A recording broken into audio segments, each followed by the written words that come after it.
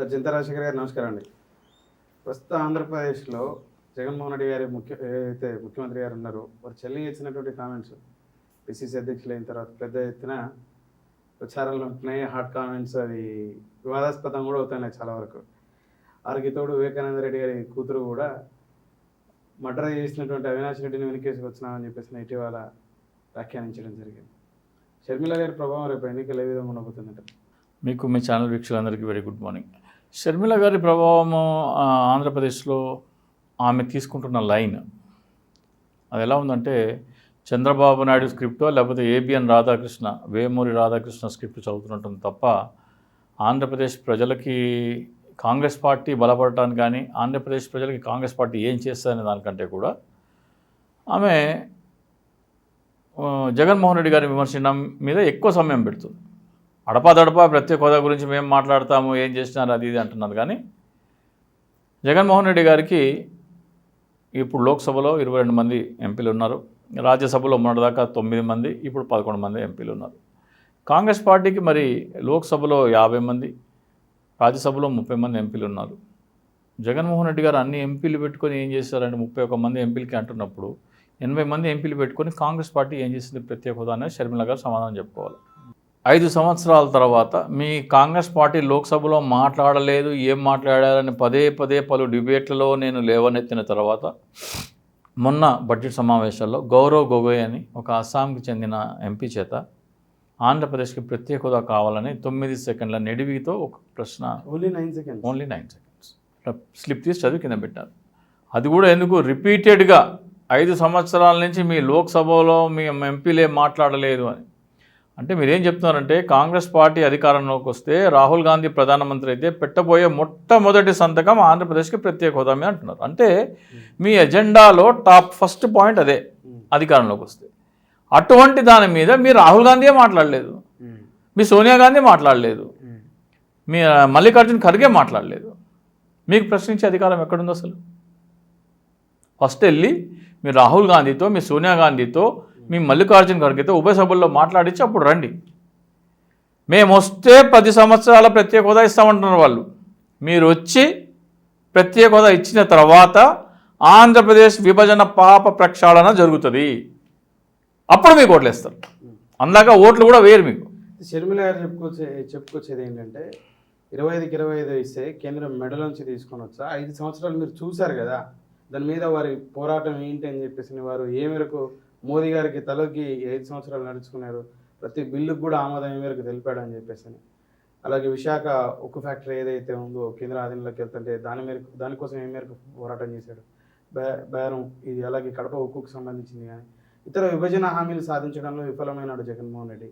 అలాగే ఇక్కడ సంక్షేమం మాత్రమే చూసుకుంటా అభివృద్ధి కార్యక్రమాలు ఏం చేపట్టకుండా చాలా అరాచకమైన పాలన చేస్తామన్నాడు జగన్మోహన్ రెడ్డి అని చెప్పేసి. ఈ వ్యాఖ్యలన్నీ ఆంధ్రప్రదేశ్ కాంగ్రెస్ పీసీసీ అయిన తర్వాత వారు చేసుకురావడం జరుగుతుంది. కాంగ్రెస్ వైపు మీ ట్రాక్ రికార్డ్ ఏంది? మీ కాంగ్రెస్ పార్టీ ట్రాక్ రికార్డ్ ఏంది? ఆంధ్రప్రదేశ్ విభజన హామీల గురించి అసంబద్ధంగా విభజించింది మీరే. ఆంధ్రప్రదేశ్కి రైల్వే జోన్ ఇచ్చే విషయము ప్రకటిస్తున్నామని రాలేదు, పరిశీలిస్తాము. చాలా విభజన హామీల్లో ఇస్తున్నామని రాలేదు, పరిశీలిస్తాము అని రాసినారు. ఇది మీ నిబద్ధత. ఆంధ్రప్రదేశ్కి రైల్వే జోన్ ఇస్తున్నాము, కడపకి ఉక్కు కర్మాగారం ఇస్తాను కాదు, ఉక్కు కర్మాగారం ఇచ్చే విషయం పరిశీలిస్తాము. ఆంధ్రప్రదేశ్కి ఓడరేవులు ఇచ్చే విషయం పరిశీలిస్తాము. ఆంధ్రప్రదేశ్కి రైల్వే జోన్ ఇచ్చే విషయం పరిశీలిస్తాము. ఇవి వాళ్ళు బిల్లో పెట్టింది, పరిశీలిస్తారు. ఇస్తామని కాదు, విల్ బి ఎగ్జామిన్డ్. ఇది మీ చిత్తశుద్ధి. మీకు అసలు మాట్లాడే అర్హత ఎక్కడుందో అసలు? మీరు ఛాలెంజ్ చేస్తున్నా ఆన్ కెమెరా షర్మిల రెడ్డి గారిని. వైఎస్ రాజశేఖర రెడ్డి గారు 2004 ఎన్నికల కంటే ముందు రాబోయే ప్రభుత్వం మాదే, నేను రాగానే మొట్టమొదటి సంతకం రైతులకి ఉచిత కరెంట్ మీద సంతకం పెడతాను, ఈ రోజు నుంచి మీరు కరెంటు బిల్లులు చెల్లించడం ఆపేయండి అన్నారు వైఎస్ రాజశేఖర రెడ్డి గారు. వైఎస్ రాజశేఖర రెడ్డి గారి కూతురు కదా, మొట్టమొదటి సంతకం కూడా ప్రత్యేక హోదా మీద పెడుతున్నా అంటున్నారు కదా. మీలో చిత్తశుద్ధి ఉంటే, రాజశేఖర రెడ్డి గారి తెగువ ధైర్యం మీలో ఉంటే, కేంద్ర ప్రభుత్వం ప్రత్యేక హోదా ఇచ్చే వరకు ఆంధ్రప్రదేశ్ ప్రజలు ఎవరు కేంద్ర ప్రభుత్వ పన్నులు చెల్లించకండి. 10 సంవత్సరాల ప్రత్యేక హోదా వచ్చిన తర్వాత మాత్రమే మనం పన్నులు చెల్లిద్దాము. ముందుగా national highway authority of India Andhra Pradesh పరిధిలో ఉన్న ఏ టోల్ గేట్లో ఆంధ్రప్రదేశ్ ప్రజలు టోల్ ట్యాక్స్ చెల్లించకండి. మీ ఫాస్ట్ ట్యాగ్ బ్యాలెన్స్ జీరో చేసుకోండి. ప్రతి ఒక్క పౌరుడు మేము మీ వెనకాల నిలబడతాం. ప్రతి టోల్ గేట్ దగ్గర మేము మా మనుషులను పెడతాం. వంతుల వారీగా ప్రతి టోల్ గేట్ మీద దగ్గర ఆంధ్రప్రదేశ్లో 70 టోల్ గేట్లు ఉన్నాయి. ప్రతి టోల్ గేట్ దగ్గర డ్యూటీ వేస్తాం. 25 మంది 50 మంది పెట్టి మిమ్మల్ని ఎవరైనా ఆపితే మా వాళ్ళు వచ్చి మిమ్మల్ని కాపాడతారు. మీరు టోల్ ట్యాక్స్ కట్టబాకండి. 10 సంవత్సరాలు ప్రత్యేక హోదా వచ్చిన తర్వాత మాత్రమే ఇన్కమ్ ట్యాక్స్ కానీ టోల్ ట్యాక్స్ కానీ ఇతర ఏ పనులు ఉంటే అవన్నీ కూడా చేద్దామని పిలిపిమ్మనండి. కాంగ్రెస్ పార్టీ ఇట్లా బలం పుంజుకుంటుంది.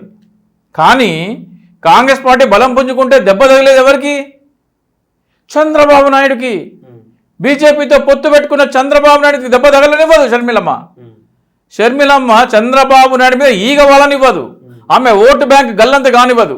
కాంగ్రెస్ పార్టీ ప్రయోజనాల కోసం, ఆంధ్రప్రదేశ్ రాష్ట్ర ప్రయోజనాల కోసం షర్మిలమ్మ కట్టుబడి ఉంటే ఈ ప్రకటన చేయమనండి. ఈ ప్రకటన చేయకపోతే ఆమె భారతీయ జనతా పార్టీతో కూటమిలో ఉన్న చంద్రబాబు నాయుడుకి నష్టం చేకూర్చకూడదని ఆమె మౌనంగా ఉన్నారు అని అర్థం చేసుకోవాలి ఆంధ్రప్రదేశ్ ప్రజలు.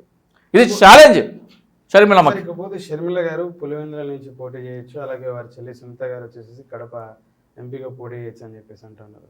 ఒకవేళ అక్కడ పోటీ చేసి ఎటువంటి పరిస్థితులు ఉంటాయంటారు? పోటీ చేస్తారంటారా ముందుగా? షర్మిలమ్మ గారు నంద్యాల ఏదో పోటీ చేస్తారని తెలుస్తున్నా, మనకి వార్తలు వస్తున్నాయి. సునీతమ్మ గారు అయితే అవినాష్ రెడ్డి మీద ఎంపీగా పోటీ చేసే అవకాశాలు ఉన్నాయి. సో నాకు తెలిసి ఇద్దరికి డిపాజిట్లు కూడా రావడం కష్టమని నేను అనుకుంటున్నాను ఉన్న దీన్ని బట్టి. ఎందుకంటే ప్రజాదరణ అయితే బేసిక్గా సునీత గారు తెలుగుదేశం నుంచి పోటీ చేశారనేటువంటి ఒక ప్రచారం ఇప్పుడైతే లిస్టు పేరు లేదు కదా. అదే అక్కడ తెలుగుదేశం నుంచి ఆదినారాయణ రెడ్డి తమ్ముని కొడుకు ఊపేసి వారిని అభ్యర్థిగా ప్రకటించడం జరిగింది. సో ఎవరైతే వైసీపీ సింపథైజర్స్ నిన్నటి వరకు చేసిన విమర్శ అంటే తెలుగుదేశం నుంచి వారు పోటీ చేయొచ్చు, తెలుగుదేశం నాయకుడితోనే వాళ్ళు ఆలోచింపడి విమర్శలు చేస్తున్నారని చెప్పేసి అన్నారు. ఇప్పుడు ఏమైనా ఇప్పుడు ఆమె కాంగ్రెస్ టికెట్ మీద పోటీ చేస్తే మరి ఇద్దరు అయినా సరే షర్మిల కానీ ఉన్నా సరే డిపాజిట్ కూడా రావడం కష్టం. ఎందుకంటే ఆ పార్టీ మీద ఉన్న మచ్చ అట్లాంటిది. ఎక్కడి నుంచి ఎవరు పోటీ చేసినా సరే ఆంధ్రప్రదేశ్ రాష్ట్రాన్ని తీవ్రమైన అన్యాయం చేసింది కాంగ్రెస్ పార్టీ అనేది ఆంధ్రప్రదేశ్ ప్రజల మధ్యలో బలంగా నాటుకుపోయింది. అంటే ఒక వెన్నుపోటుకు గురైన, నమ్మక ద్రోహానికి గురైన అనే భావన ఆంధ్రప్రదేశ్ ప్రజల్లో ఉంది కాంగ్రెస్ పార్టీ పట్ల. ఆ పాప ప్రక్షాళన చేసుకునేంత వరకు కాంగ్రెస్ పార్టీని ఆంధ్రప్రదేశ్ ప్రజలు ఆదరించరు. ఆదరించాలంటే ఏంటి? ఇప్పుడు ఆమె మొన్న వెళ్ళి జంతర్ మంతర్ దగ్గర దీక్ష చేశారు. ఆంధ్రప్రదేశ్లో విశాఖపట్నంలో దీక్ష చేశారు. ఈ దీక్షలన్నీ ఎందుకు? పాత రోజుల్లో నాయకులు దీక్ష చేస్తే దాని గురించి ఆలోచించి పరిష్కారం చూసేవారు. ఆ టైప్ రోజులు పోయినాయి. సంవత్సరం పాటు రైతులు ఢిల్లీ చుట్టుముట్టు కూర్చుంటే కూడా 3 రైతు చట్టాలు వెనక్కి తీసుకోలేదు. యూపీ ఎలక్షన్స్ వస్తే ఆ భయంతో వెనక్కి తీసుకున్నారు. కాబట్టి ఇక్కడ ఆంధ్రప్రదేశ్ ప్రజలు పన్నులు ఆపేస్తే సహేతుకమైనది, అది రాజ్యాంగ విరుద్ధం అయితే చట్ట విరుద్ధాలు అవుతాయి కదా. ఏవి చాలా ఆంధ్రప్రదేశ్ ప్రజలకు మళ్ళీ అసౌకర్యాన్ని కూడా వ్యవస్థలు ఎందుకు ఊరుకుంటాయి? ఏవి అట్లా కట్టకోకుండా ఉంటాయి కదా. వాళ్ళు చాలా ఇప్పుడు ఒక ఎమర్జెన్సీతో పోతా ఉంటారు హాస్పిటల్ ఎదుకో, లేకపోతే మళ్ళీ చోటుకి వాళ్ళని వదిలేస్తారు. మానవతా దృక్పథంలో పరీక్షలు రాసేవాళ్ళు, లేకపోతే గర్భిణీ స్త్రీలు, లేకపోతే వదిలేస్తారు. ఒక గేట్ వదిలేస్తారు వాళ్ళు. ఇప్పుడు టోల్ కట్టకపోతే ఏమవుతుంది? బళ్ళన్నీ అయిపోతాయి అనుకుంటున్నావా? ఒక టోల్ గేట్ ఫస్ట్ ఉన్న వెహికల్ ఆపినారు, నేను కట్టనంటాడు ఆయన. కట్టనంటే చట్టం ఏం చెప్తుంది? ఎన్హెచ్ఏ చట్టము ఒక క్రేన్తో తీసి ఆ బండిని పక్కన పెట్టాలని చెప్తుంది. ఆ ఓనర్ దగ్గర నుంచి వసూలు చేయాలని చెప్తుంది. ఎన్ని బండ్లను తీస్తారు క్రేన్లతో? ఎంతసేపు ట్రాఫిక్ ఆపుతారు? Toll gate ఎత్తేయాలి. ఆంధ్రప్రదేశ్ ప్రజలు తలుచుకుంటే జల్లికట్టు ఉద్యమంలాగా ఈ ఉద్యమం చేస్తే మొత్తం యావత్ భారతదేశం చూపు ఆంధ్రప్రదేశ్ మీద ఉంటుంది. మీరు మొన్న వైజాగ్లో జరిగినటువంటి కాంగ్రెస్ సభని ఏదైతే దీక్ష ఉంది కదా, ఇక్కడ తెలంగాణ రాష్ట్ర ముఖ్యమంత్రి సభకు రావడం జరిగింది. అది సభ వేరు, దీక్ష వేరు.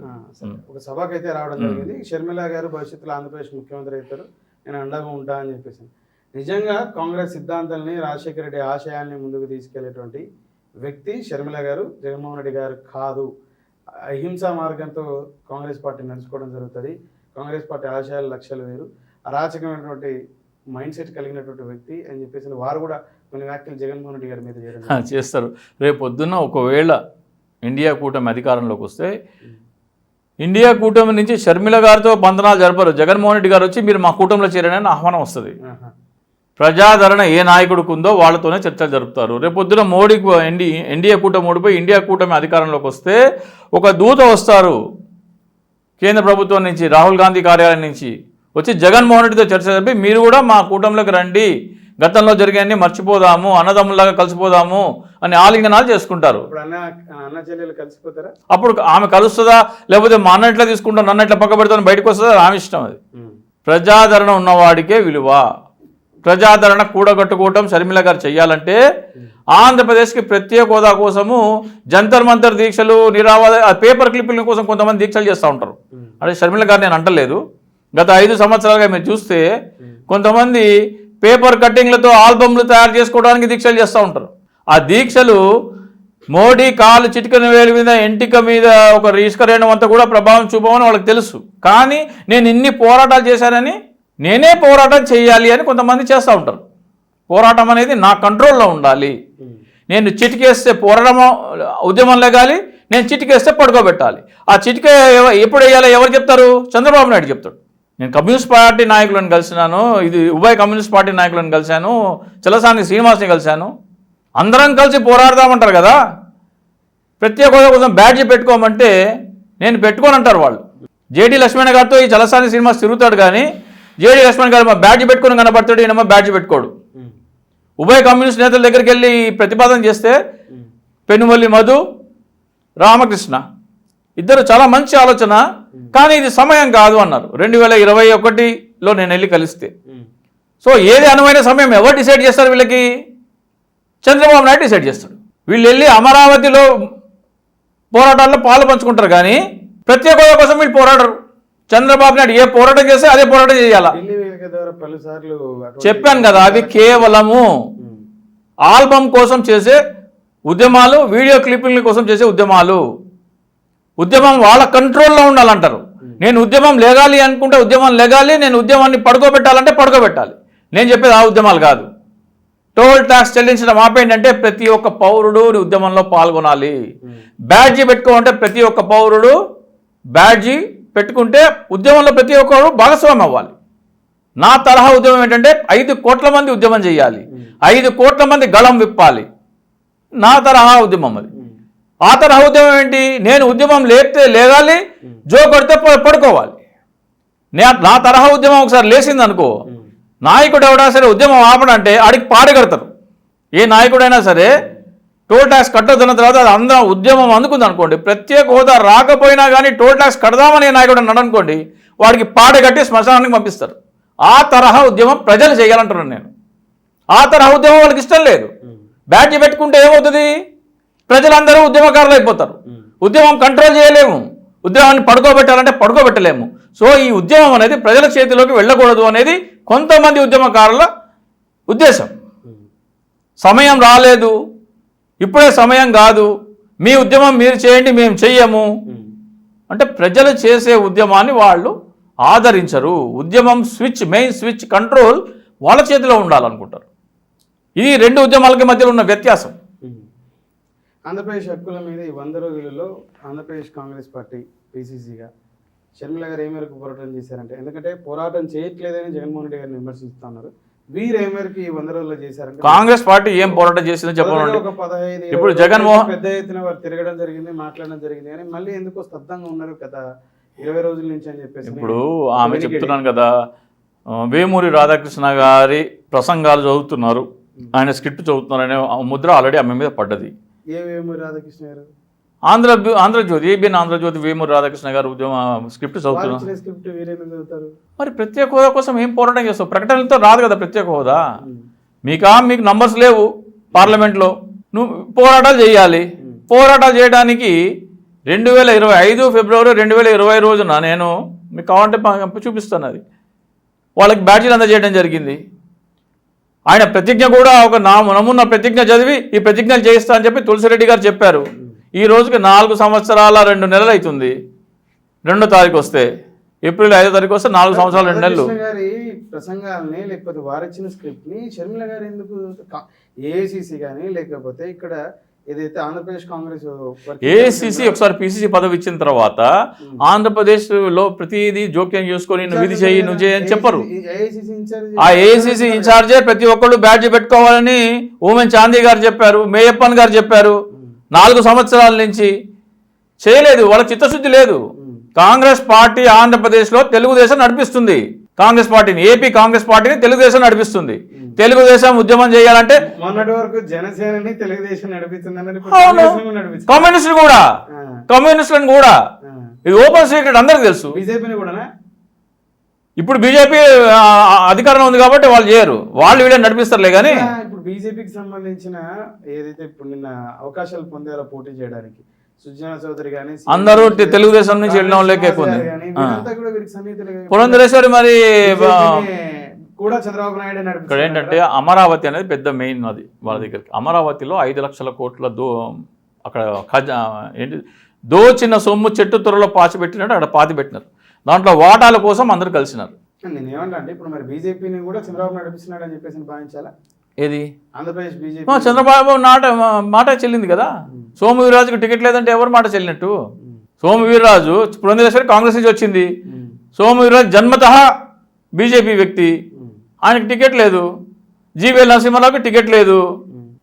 వలసవాదులకు టికెట్లు వచ్చినాయి. అందరూ కూడా జగన్మోహన్ రెడ్డి అనుకూల వ్యక్తులు అని చెప్పేసి వారికి టికెట్ రాలేదనేది ఒకటి ఉంది. ఎవరు అంటే వీళ్ళందరూ అదందరూ జగన్మోహన్ రెడ్డి అనుకూల వ్యక్తులు అయితే వీళ్ళందరూ చంద్రబాబు నాయుడు అనుకూల వ్యక్తులే. విష్ణువర్ధన్ రెడ్డి గారు కానీ, లేకపోతే జీవీఎల్ నరసింహారావు గారు కానీ, లేకపోతే మీరు చెప్పినటువంటి ఇందాక సోము వీర్రాజు గారు కానీ, ఎవరైతే జగన్మోహన్ రెడ్డికి అనుకూలమైనటువంటి వ్యక్తులు ఉన్నారో వారికే పోటీ చేసే అవకాశం రాలేదని చెప్పేసి ఒక అభిప్రాయాన్ని వెలుగుచ్చడం. అవును, వాళ్ళు జగన్మోహన్ రెడ్డి అనుకూల వ్యక్తి ఎంత నిజమో ఎట్లా ఊహాగానాలు ఉన్నాయో పురంధేశ్వరి, సీఎం రమేష్, మళ్ళీ సుజనా చౌదరి వీళ్ళందరూ చంద్రబాబు నాయుడుకి అనుకూలమైన అంతకంటే బలమైన ఆధారాలు ఉన్నాయి మనకి వాళ్ళ మాటల్లో. కానీ ఇప్పుడు వైన్ షాప్లో క్యాష్ ట్రాన్సాక్షన్ జరుగుతుంది అని అపవాదం వేసినారు. వైన్ షాప్లో కేవలం 6,000, 7,000 రూపాయలు మాత్రమే అమ్మకాలు జరుగుతున్నాయని చూపెడుతున్నారు. వైన్ షాపులో రోజుకి 2 లక్షలు 3 లక్షలు చలానా కట్టినాయి వైన్ షాప్లో వాళ్ళు చూపిస్తున్నారు. చలానా అంటే గవర్నమెంట్ బ్యాంక్లో కట్టాలి. అది 6,000 కలెక్షన్ చూపిస్తున్నారు. అపవాదం వేయడం ఏంటి? వీళ్ళందరూ అమరావతి దోపిడీ కోసం కలిసినారు. వీళ్ళు అమరావతి 3 రాజధానుల ప్రకటన రాగానే 3వ రోజు టెంట్లు వేసిందబ్బా అమరావతిలో. వీళ్ళందరూ అక్కడే ఉన్నారు. ఈ Congress party, communist party, BJP కూడా తర్వాత మెల్లమెల్లగా దండ జాయిన్ అయింది. ప్రత్యేక హోదా కోసం ఎవడు రాడు, ఉద్యమాలు చేయడు. ఒక బ్యాడ్జ్ పెట్టుకోమంటే దానికి సమయం రావాలంటారు. 5 కోట్ల మంది ప్రజలు నా గుండె స్పందన ప్రత్యేక హోదాని బ్యాడ్జ్ పెట్టుకుంటే ఏమవుతుంది? ఏ పనిలో ఉన్నా కానీ నాకు ప్రత్యేక హోదా కావాలని మాట్లాడినట్టు. ఒక్కొక్క నియోజకవర్గంలో 10,000 మంది పెట్టుకుంటే చౌంటలు కడతాయి అందరికీ.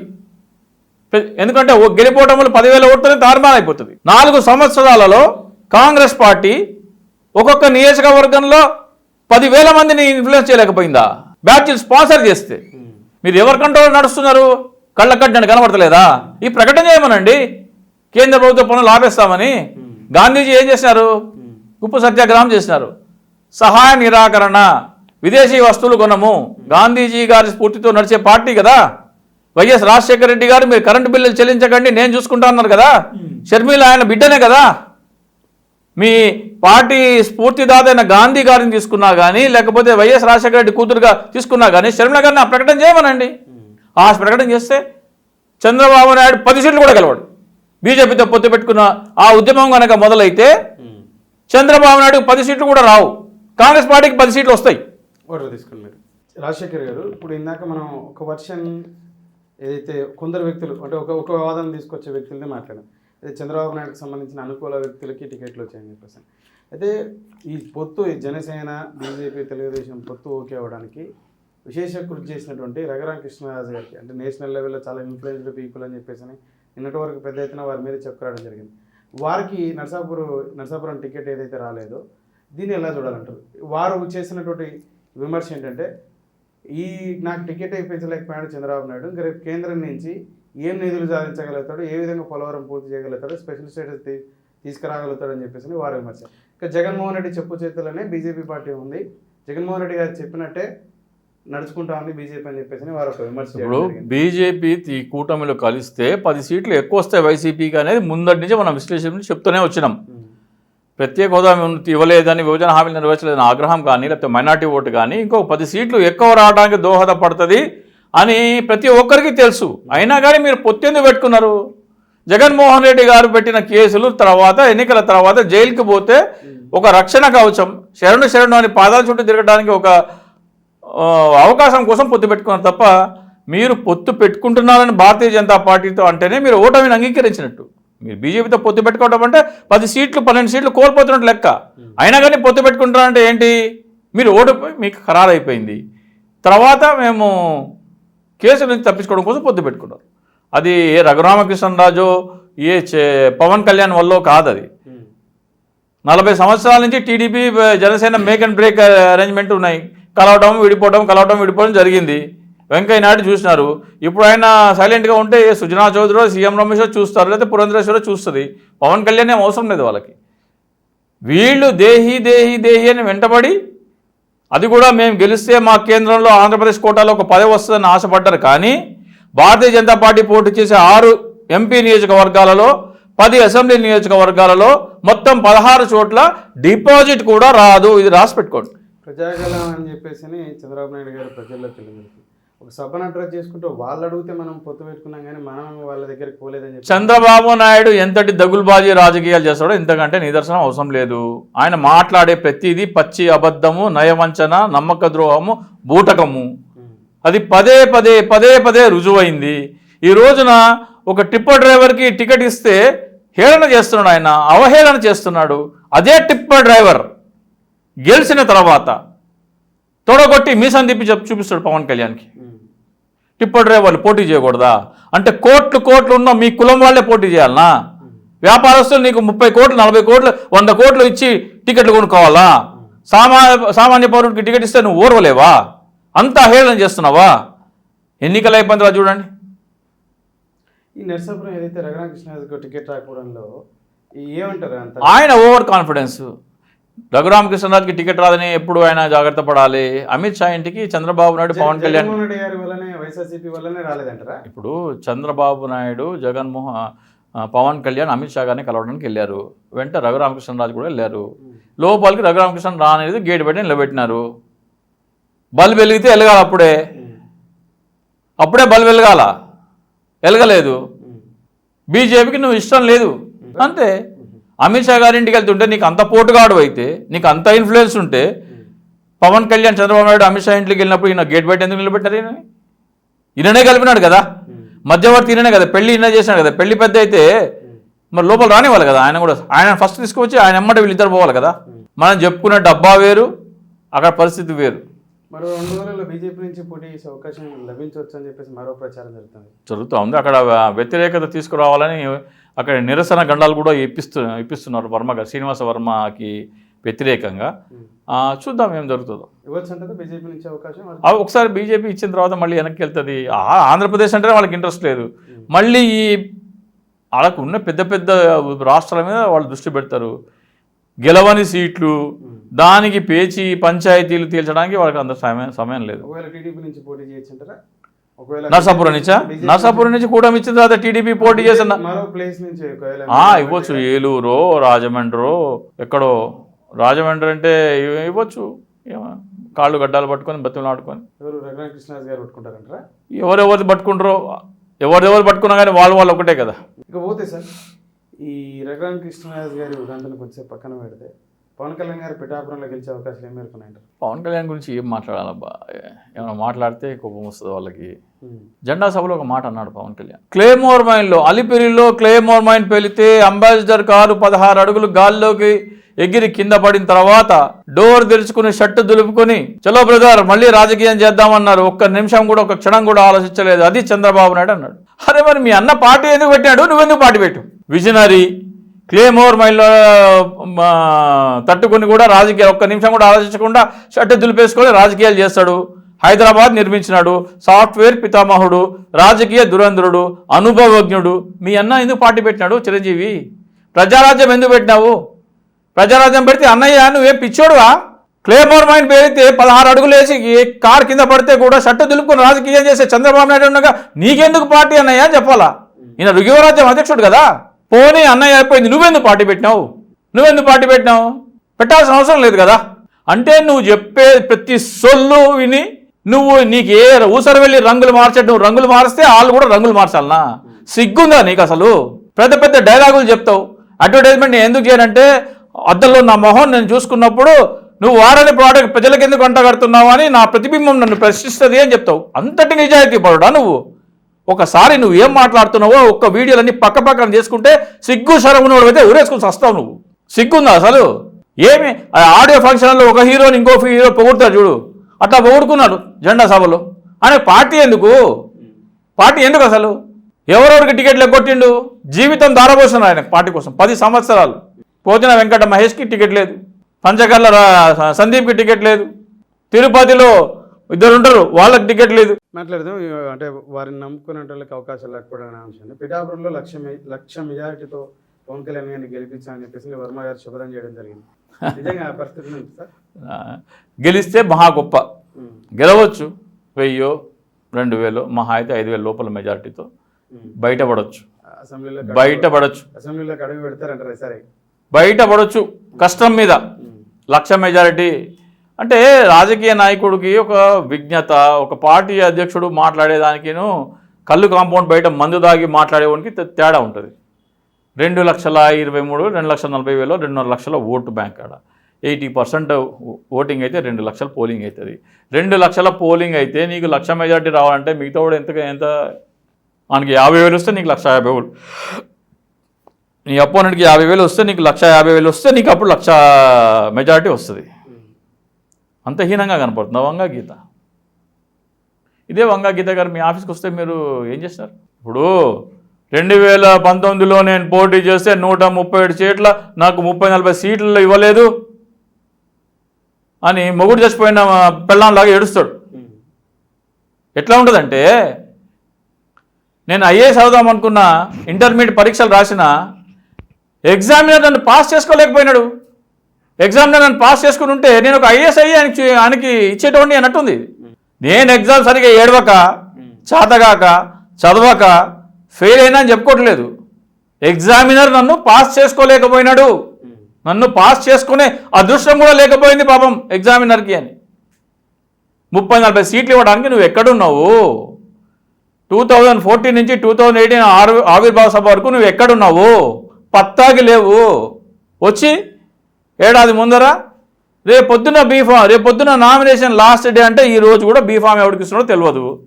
వాడు బీఫామ్ తీసుకొని పోయి ఫైల్ వేసి ఎప్పుడు ప్రచారం చేసుకోవాలా, ఎప్పుడు గెలవాలా? నువ్వు పోయినసారి ఓట్లు చీల్చడానికి పెట్టినావు.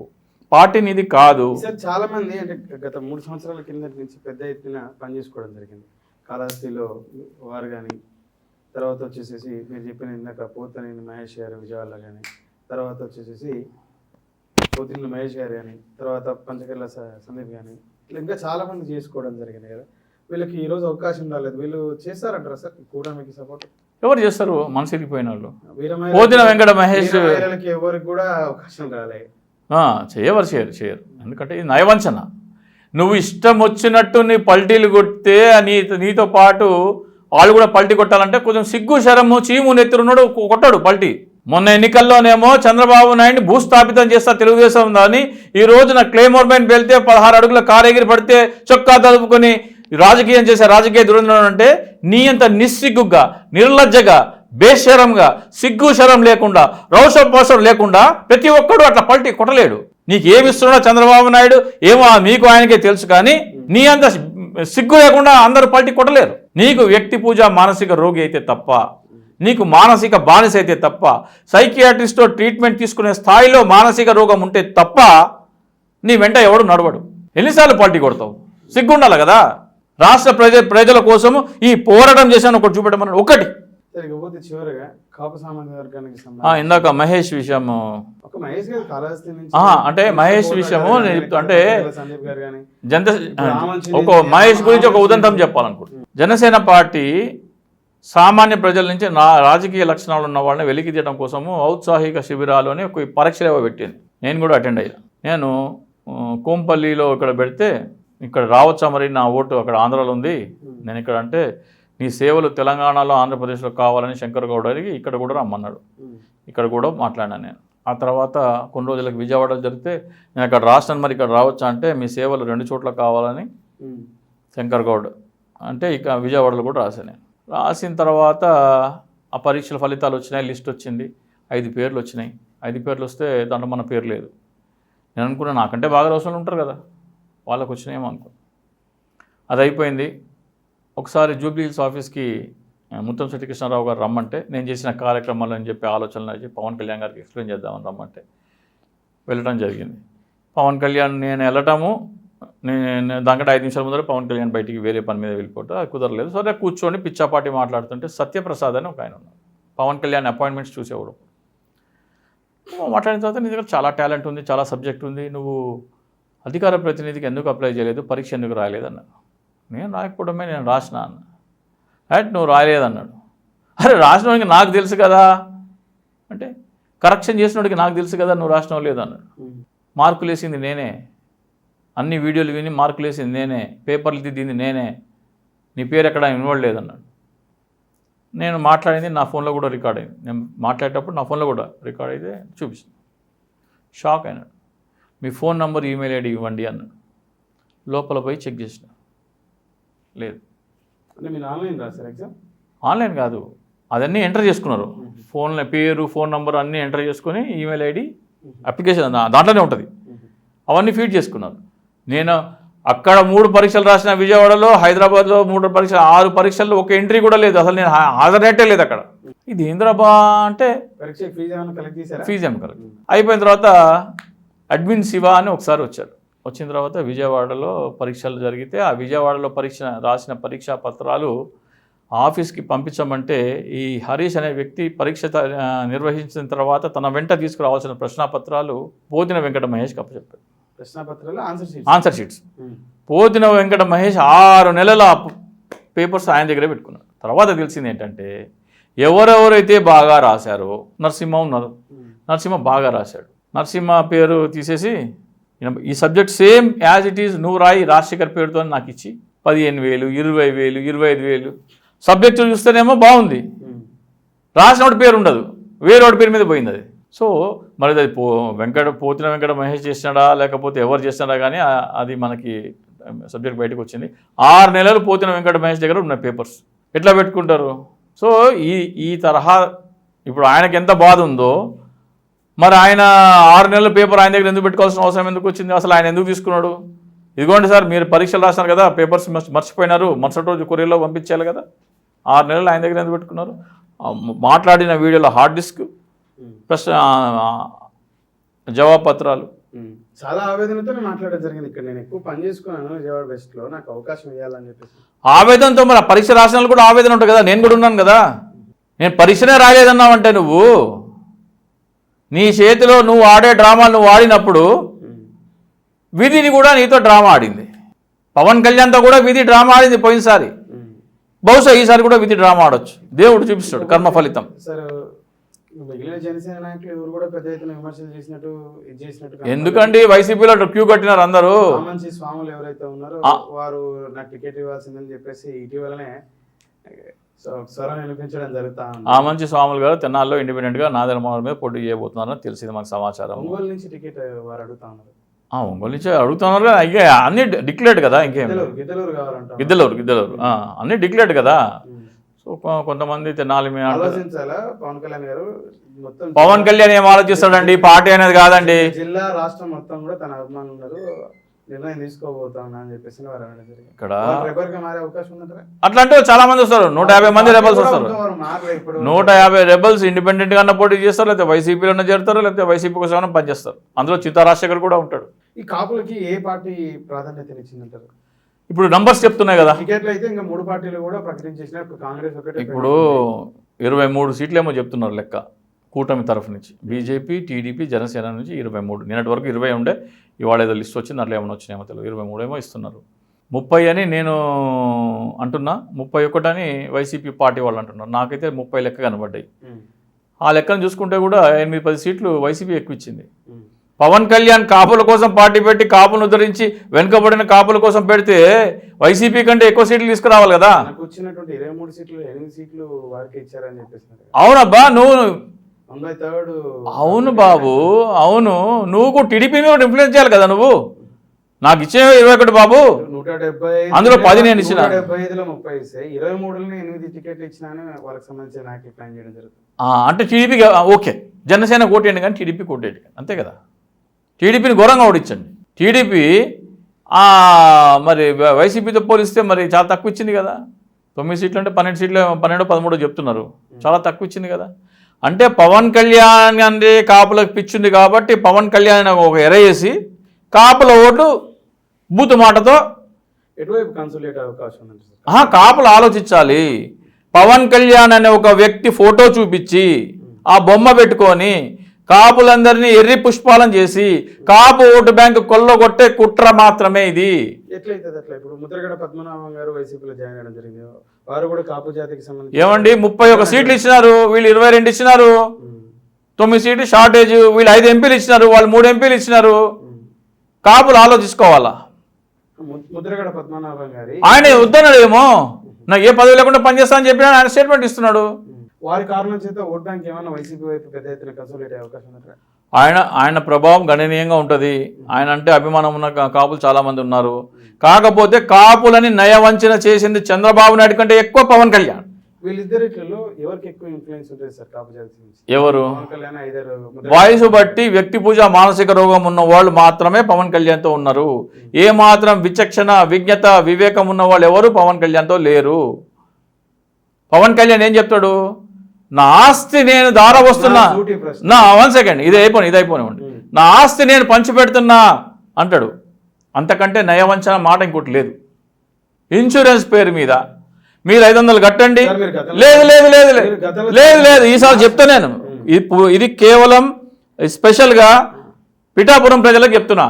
పవన్ కళ్యాణ్ ఆస్తులు పంచింది అన్నది బూటకము, పచ్చి బూటకము, నమ్మకండి.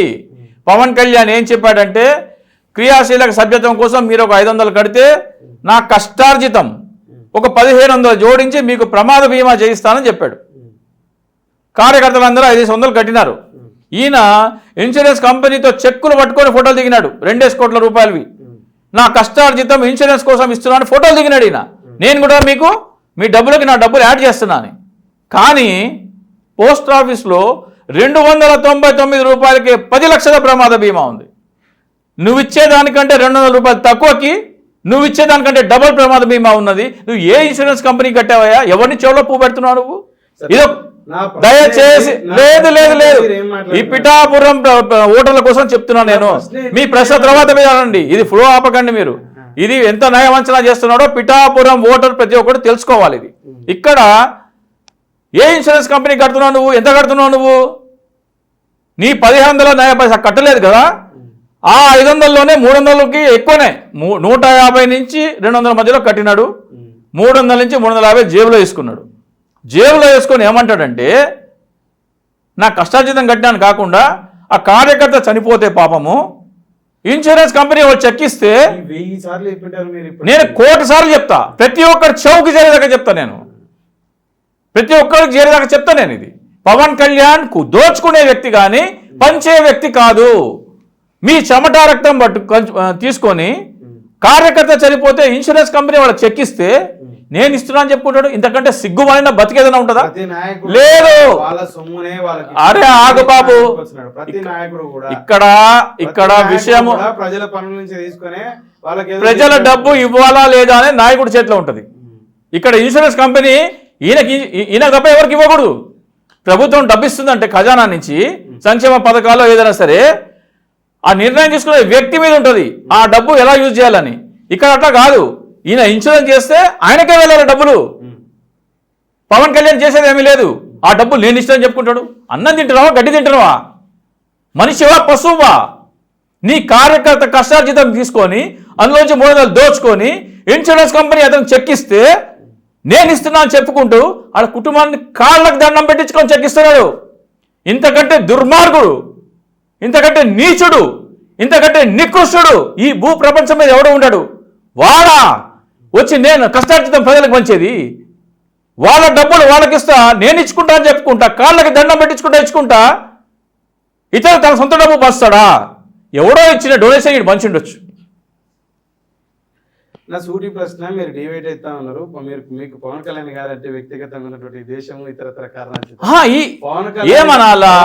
వాళ్ళ డబ్బులు వాళ్ళకి ఇచ్చుకుంటే నేను ఇస్తున్నాను చెప్పినాడు ఏమనాలా? పవన్ కళ్యాణ్ గారు లేకపోతే ముద్రగడ పద్మనాభం గారు, వీరిద్దరిలో ఎవరి వైపు ఎక్కువగా కాపు మొగ్గు చూపే అవకాశం ఉంది? ఒకరు వైసీపీకి, ఒకరు టీడీపీకి మద్దతుగా ఉన్నారు కదా. బుర్రలో గుజ్జున్నోడు ఎవడైనా సరే పవన్ కళ్యాణ్కి ఓటు వేయడు. అది కాపు కానీ కాపేతరు కానీ. పవన్ కళ్యాణ్ రంగులు మార్చినట్టు ఎవడు రంగులు మార్చడు. నీ పార్టీని భూస్థాపితం చేస్తా అన్నవాడే ఈ రోజున క్లేమర్మైన పేలితే చట్ట దులుపుకొని రాజకీయాలు చేసేంత ధీరుడు అని పొగుడుతున్నాడు. నీకు సిగ్గు లేదు, నీకు శరం లేదు, రోషం పౌరుషం లేదు. అందరు అట్లా పల్టీ కొట్టలేరు. సిగ్గు శరం ఉన్న వాళ్ళు కొంతమంది ఉంటారు కదా. అద్దంలో మొహం చూసుకుంటే మొహం ప్రతిబింబం ముఖం మీద ఉమ్మేస్తుంది అన్నాడు కదా, ఆయన తుడుచుకుంటాడేమో. అందరికి అట్లా చేత కాదు. ఇకపోతే చివరిగా సార్, ఇటీవల మీరు ఒక చర్చలో పాల్గొన్నప్పుడు ఒక సంఘటన జరిగింది. ఎందుకని చెప్పి చింతా రాజశేఖర్ గారు సహనం కోల్పోతున్నారని చెప్పేసి అని మీ పైన వచ్చినటువంటి విమర్శలు. సహనం ఏదైనా సరే ఒక అంశం మీద విశ్లేషణాత్మకంగా గత 4-5 సంవత్సరాల కింద నుంచి మాట్లాడుకొచ్చేటువంటి చింతా రాజశేఖర్ ఆవేశపూరితంగా విజ్ఞతను కోల్పోయి ఒక పశువులాగా ప్రవర్తిస్తున్నాడని చెప్పేసి మీ మీద ఇంత హార్ష్గా కామెంట్లు వచ్చామని. కరెక్ట్. ఒక వ్యక్తి కార్యకర్తకి చెందాల్సిన డబ్బు, హక్కుగా రావాల్సిన డబ్బుని నేను ఇస్తున్నా అని ప్రచారం చేసుకుంటూ ఆ డబ్బు ఇస్తూ కాళ్ళకి దండం పెట్టించుకుంటే అంతే నా రక్తం మరుగుతుంది. నా రక్తము అంత నయవంచన, అంత ద్రోహము, అంత దొంగ నాటకం ఆడే వ్యక్తి అమాయకుడిగా ప్రవర్తిస్తుంటే నా రక్తం మరుగుతుంది డెఫినెట్గా. రెండోది, వాళ్ళ అధికార ప్రతినిధులు టీవీలో మాట్లాడే భాష వాళ్ళకి వాడి చూపించాలని నేను నిర్ణయించుకోవడం జరిగింది. కాబట్టి ఆ రోజున ఆ దుర్ఘటన జరిగింది. నేను నాదెళ్ల మనోహర్ని తిట్టాను, ఆయన తిట్టలేదు. విష్ణు నాగిరెడ్డిని తిట్టలేదు. ఆయన అనవసరంగా కాపుల్లో 99% అన్నాను, నువ్వు చేసింది కరెక్ట్. ఆయనకి ఎందుకు అసలు అనవసరంగా నాదెళ్ల మనోహర్ని మేము వెనకాల తిడుతున్నాము, నువ్వు ఆన్ కెమెరా తిట్టావు, థ్యాంక్ యూ చెప్పాలా, వాళ్ళెందుకు మధ్యలో దూరాడు అన్నారు. పెద్దలు చాలామంది మంచి పని చేసావు, ఎన్నికల తర్వాత మేమందరం చేయబోయేది ఇదే, నువ్వు ఆన్ కెమెరా ముందే చేసావు, స్టార్ట్ చేసావు. కానీ కాపు నాయకులందరూ తెనాలి వెళ్ళి నాదెళ్ల మనోహర్కి ఓటు వేయకూడదని కాపులందరూ ప్రచారం చేయబోతున్నారు. డిపాజిట్ రాకుండా నాదెళ్ల మనోహర్ని ఓడిస్తేనే జనసేన పార్టీ బాగుపడుతుందని చాలామంది జనసేన నాయకులు, జనసేన కార్యకర్తల్లో ఆ అభిప్రాయం ఉంది. జనసేన పార్టీ ఓడిపోబోయే మొట్టమొదటి సీట్ తెనాలి. ఈ కుటుంబం, మీ సన్నిహితులు, మిత్రులు అంతా కూడా ఆ అంశం కారణం చేస్తే చాలా డిస్టర్బ్ అయ్యారని చెప్పేసి దాని మీద మీరు కేసు కూడా ఎదుర్కొంటున్నారని చెప్పేసి ఇందులో ఏమేరకు వస్తుందంట? కేసు ఏమీ లేదు నా తరఫు నుంచి. అంటే ఆయన ఉదంతం జరిగిన తర్వాత కాలు చేయి తీయించేస్తానని ఆయన ఒక మాట మాట్లాడడం జరిగింది. అది పెన్ డ్రైవ్లో స్టోర్ చేసి ఇరు రాష్ట్రాల డీజీపీలకి సమాచారం అయితే ఇవ్వడం జరిగింది. కంప్లైంట్ కాదు. ఇక ముందర ఏమన్నా జరిగితే ఫలానా వ్యక్తి బాధ్యుడు అని చెప్పేసి చెప్పడం అయితే జరిగింది. అంతవరకు ఉంది. కేసు అయితే ఏమీ రాలేదు. కేసు వస్తే నేను నాదెళ్ల మనోహర్ దూషిస్తే అతను నన్ను దూషించాడు, అతను నన్ను దూషించాడు కాబట్టి నేను అతను కొట్టాను, అతను కొట్టాను కాబట్టి నన్ను కొట్టాడు. నేను నాదెళ్ల మనోహర్కి ఎందుకు దూషించాను? మీ అధికార ప్రతినిధి వివేక్ బాబు అనే కూడా నా కొడక అనే పదం డిబేట్లలో వాడుతున్నా కానీ మీరు కంట్రోల్ చేయలేదు కాబట్టి మీ మీద ఆ పదం వాడాను. అది కూడా హెచ్చరించాను. డిసెంబర్ నెలలో 2-3 ఛానల్స్లో నా మీద ఏ భావజాలం వాడుతున్నారో మీ నాయకుడికి, మీ పార్టీ నాయకులకి అదే భాష మాట్లాడతాను, ఒళ్ళు దగ్గర పెట్టుకొని మాట్లాడి నాతో చెప్పి హెచ్చరించి ఆ తర్వాత కూడా రిపీట్ అయితేనే నాదెళ్ల మనోహర్ వాడాల్సి వచ్చింది. ఈ కారణం చేత మీ కుటుంబ సభ్యులు ఎక్కువ మానసిక క్షోభకు గురయ్యారని చెప్పేసి. మానసిక క్షోభక ప్రతి కుటుంబంలో ఎదుగుతారు. ఇప్పుడు పవన్ కళ్యాణ్ మీద ఒక వ్యక్తి చెప్పు విసిరాడు, పవన్ కళ్యాణ్ కుటుంబ సభ్యులు కూడా మానసిక క్షోభకు గురవుతారు. కానీ పవన్ కళ్యాణ్ అనే ఒక వ్యక్తి ముసుగులో చేసే అరాచకాలని, దుర్మార్గాలని, దౌర్జన్యాలని ఎదుర్కోవాలంటే ఎంతో కొంత ఫేస్ చేయక తప్పదు. మడ్ స్ట్రింగింగ్ జరుగుతుంది. దానికి నేను సిద్ధపడి ఉన్నాను. ఏ స్థాయి వరకైనా సరే నేను దానికి సిద్ధపడి ఉన్నాను. మీతో పాటు మీ కుటుంబం కూడా సిద్ధంగా ఉందా? కుటుంబం కొన్ని విషయాలకు వచ్చిన తర్వాత కుటుంబం వాళ్ళ మనోభావాలు, వాళ్ళ ఆలోచనలు మనం ఎదుర్కోవాలంటే ఇప్పుడు స్వాతంత్ర సమర యోధులు అందరూ కుటుంబం చెప్పిన మాట ఏంటంటే మనకి స్వాతంత్రం కూడా వచ్చేది కాదు ఈ రోజు వరకు.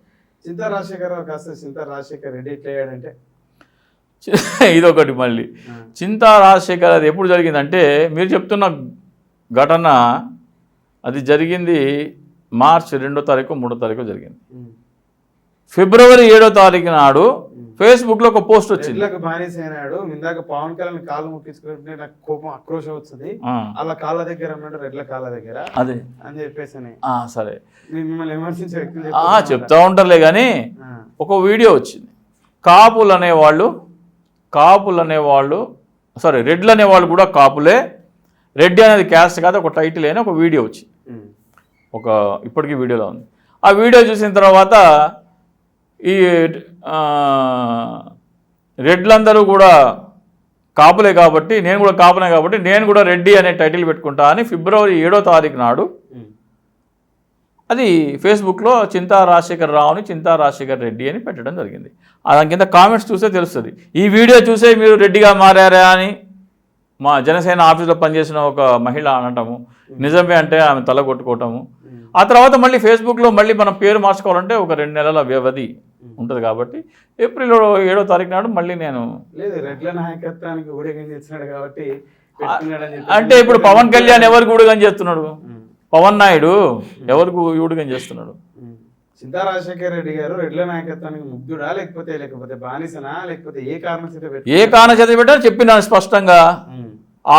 నా పోస్ట్ ఉంది ఫేస్బుక్ ఫిబ్రవరి 7వ బాధాప్త పోస్ట్ ఉంది.